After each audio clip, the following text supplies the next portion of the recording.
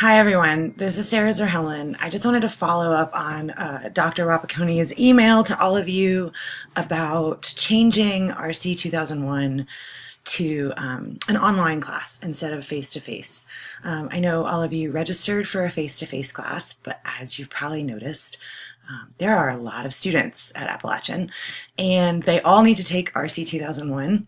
And most of you, as you also know, need to fit it in within a certain amount of time because it's a prerequisite for a lot of the other classes that you need to take. What that means is that sometimes we run out of classrooms for the times that people have signed up for the class. So that's the situation that we're in, and I offered to teach this section online, but I want to make sure that that's okay with all of you before we move forward. And I also just wanted to let you know that what that will look like, or a little bit of what that will look like. So for us, because this is such a quick change happening right before the beginning of the semester, what that means is that we will spend the first couple days of class, that kind of first week, figuring out what would work best for all of you in terms of the structure of the class. Some of the things that we'll be talking about in regards to that conversation are how much of the class we want to be synchronous, meaning we'll meet together in an online space and talk to each other, versus asynchronous, meaning you'll be doing work on your own time. You'll still have due dates and stuff like that, but when you're completing work will be done on your own time. So that will be part of the conversation. How you will work in groups together will be another part of the conversation. Just to give you an idea of the class as a whole, it's designed like a writing workshop. So if you've ever taken, for instance, a creative writing workshop, this might be similar. The semester is broken up into thirds.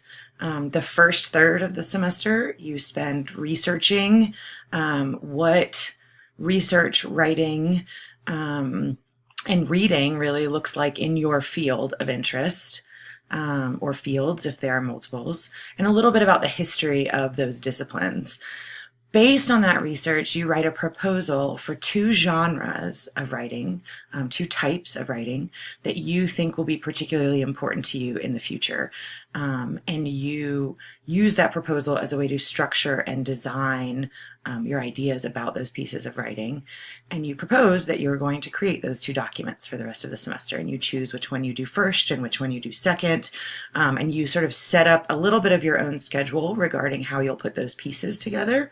And then we workshop them. So all of the work that you create in the class will be shared with everyone else in the class. At some point, everyone in the class will have commented on everyone else's work, not each and every time, obviously, because there's a lot of us, but in general, that's how it will work. So there's some freedom there already built into the course design that I think we could use to our advantage in an online version of this class. I also think it's important that you know that I will still be on campus almost every day of the week. You can come by my regular office hours if you would like to meet face-to-face. All of that will still be available to you.